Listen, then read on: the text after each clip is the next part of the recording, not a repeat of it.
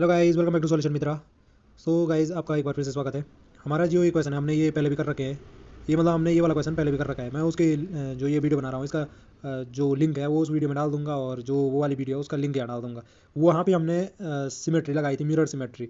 और mirror symmetry लगा के हमने क्या किया था, उसको सिंप्लीफाई किया था इस सर्किट डायग्राम को, और आर इक्विवेलेंट फाइंड किया था ए से डी के बीच में। ये और डी पॉइंट थे। यहाँ से देखो, ये यही तो पॉइंट है, तो ये डी हो गया। और ये यहाँ पे ज़्यादा ही छोटे हो गए थोड़ा जूम आउट करने पे। तो यहाँ पे ये ए और डी यानी कि ये सर्किट को कुल मिला के सिंप्लीफाई करना है। प्रत्येक जो रेजिस्टेंस है आर ओम का है। और वहाँ भी हमने लगाई थी, वहाँ पे हमने मिरर सिमेट्री लगाई थी परपेंडिकुलर एक्सेस के अलोंग। तो वो हमने कैसे किया था, वो हम उसका वीडियो का जो लिंक है वो मैं डिस्क्रिप्शन बॉक्स में दे दूंगा। आप वहाँ से जाके उस वीडियो को भी देख सकते हैं कि वहाँ पे हमने कौन सा लॉजिक लगाया था। यहाँ पे हम इसको दूसरे लॉजिक से सॉल्व करेंगे। यहाँ पे भी लगाएंगे सिमेट्री ही, लेकिन यहाँ पे हम क्या लगाएंगे, फोल्डिंग सिमेट्री, या हम बोल सकते हैं पैरेलल एक्सेस सिमेट्री लगाएंगे। अब देखो यहाँ पे वैसे वो पिछली वीडियो में मैंने आगे से तो लिखा था कि क्या शॉर्टकट मेथड, बट आप लोगों ने कहा होगा शॉर्टकट है ये, तो इतनी लंबी हो गई वीडियो।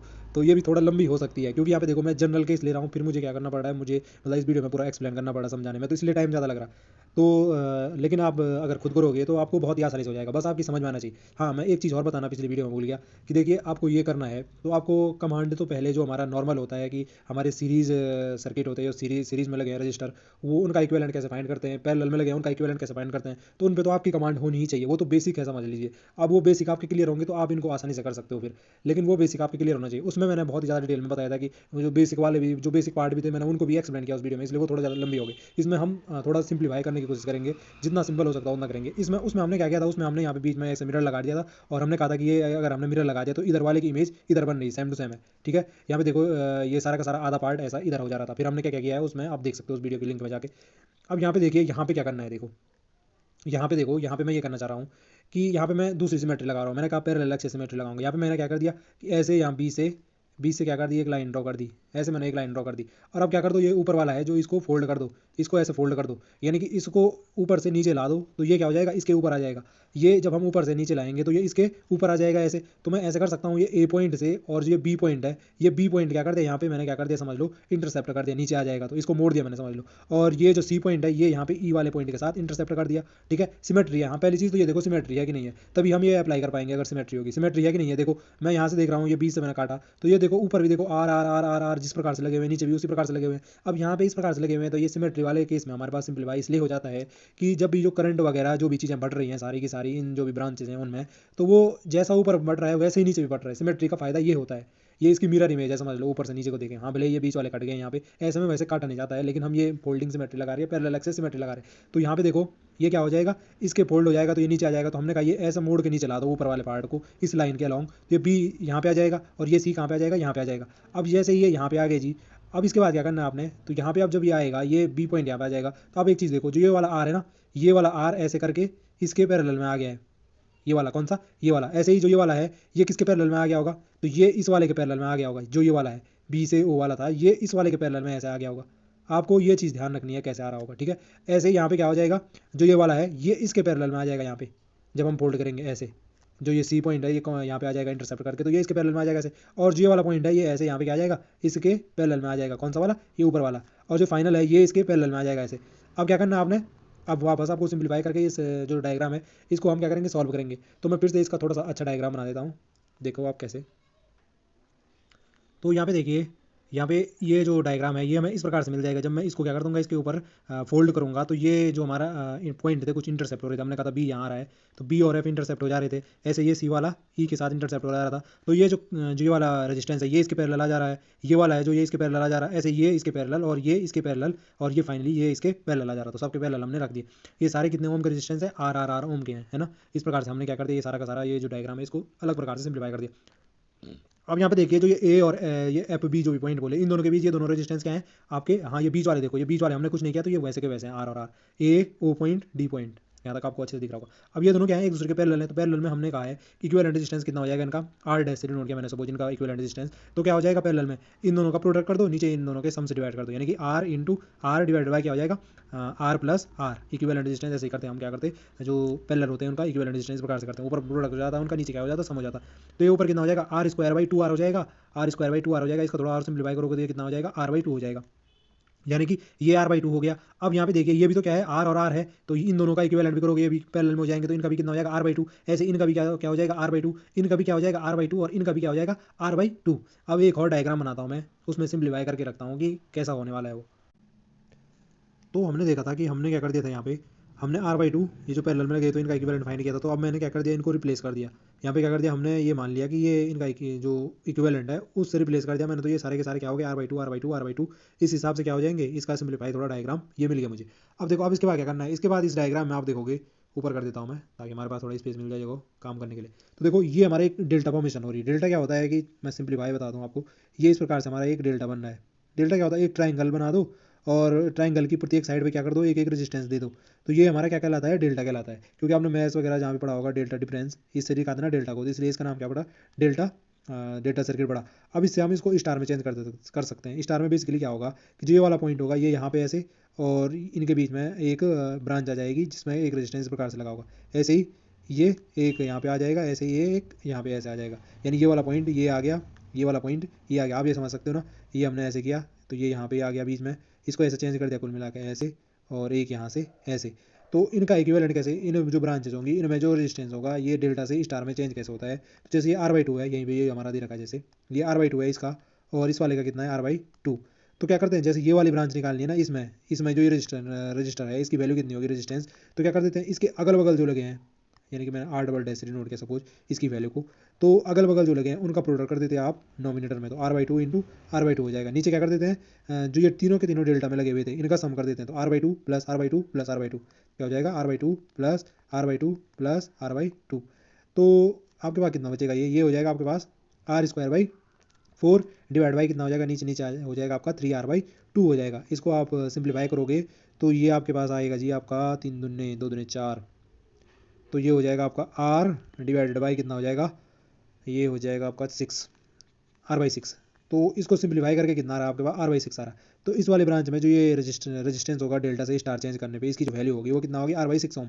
कैसे किया हमने, अगल बगल जो लगे थे उनका प्रोडक्ट ऊपर कर देते, नीचे क्या करते, तीनों का सम कर देते। ऐसे ही यहाँ पे देखो ये वाला रेजिस्टेंस निकालना है मुझे, यानी कि ये वाला निकालना है, तो इसके अगल बगल जो लगे हुए हैं उनका प्रोडक्ट ऊपर करो तो r/2 इंटू r/2, और नीचे क्या करते हैं, नीचे तो हर केस में हम क्या करेंगे, इन तीनों का सम करेंगे जो हमारी डेल्टा की प्रत्येक ब्रांच में रेजिस्टेंस थे। तो r/2 प्लस r/2 तो सेम ये मिलने वाला है, तो ये भी कितना मिलेगा मेरे को r/6। ऐसे ही इसका भी देखो, इसके अगल बगल भी क्या है r/2 और बाकी तो ये नीचे क्या आ जाएगा, इनका सम आएगा, तो फिर से ये भी क्या मिलेगा r/6। तो यहाँ पे हम इस जो ये डायग्राम है इसको थोड़ा सिंप्लीफाई कर सकते हैं आप, और कैसे करेंगे मैं यहाँ पे बना देता हूँ।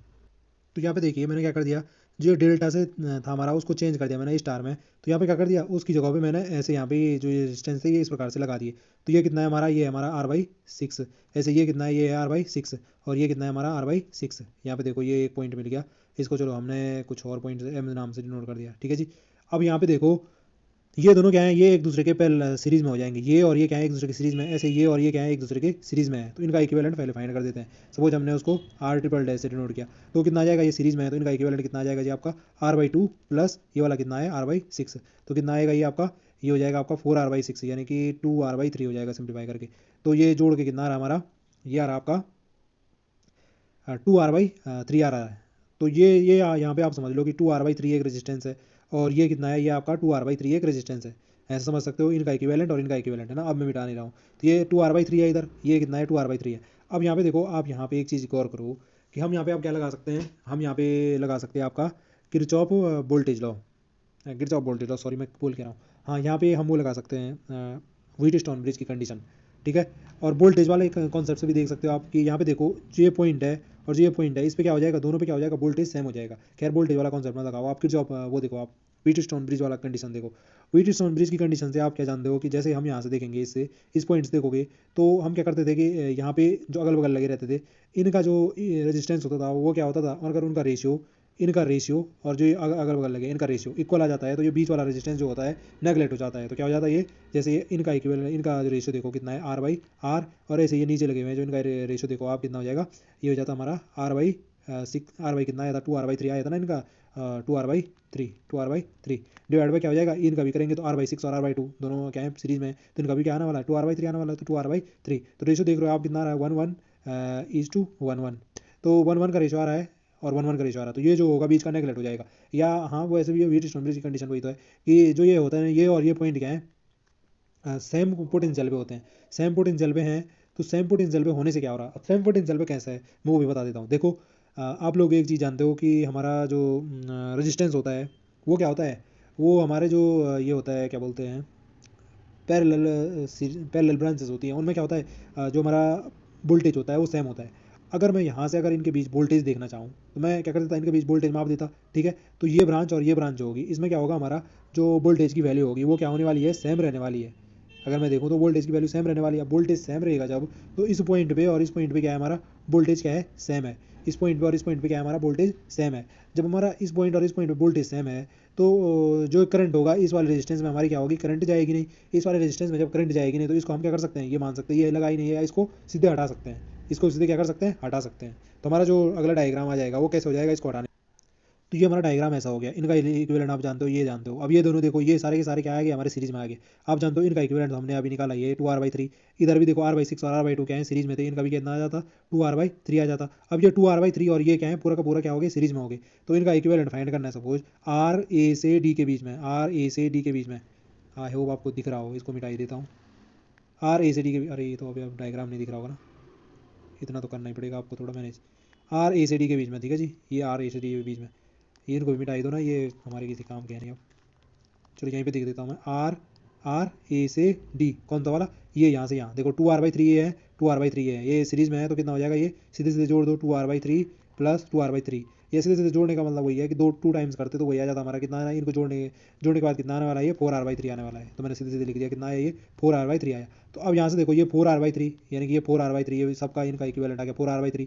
और ये ऊपर वाले हैं ये दोनों भी क्या है, एक दूसरे के सीरीज में, तो एक दूसरे के सीरीज में है तो इनका इक्विवेलेंट कितना आता, इनका इक्विवेलेंट आता आर ए से डी, लिख दिया मैंने इसको भी, ए से डी ऊपर वाले की तरफ से।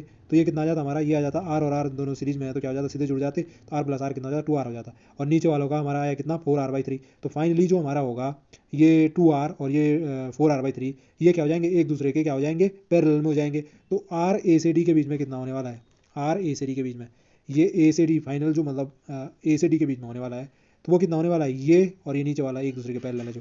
तो ये 4r/3 पैरेलल है तो इनका इक्विवेलेंट निकालो 4r/3, ऊपर क्या हो जाएगा, इनका प्रोडक्ट हो जाएगा ये नीचे वालों का 4r/3 और ये नीचे ऊपर वाले कितना था 2r, इनका प्रोडक्ट नीचे क्या कर दिया, इनका सम कर दिया, तो 4r/3 प्लस 2r। इसको सॉल्व कीजिए जी फटाफट।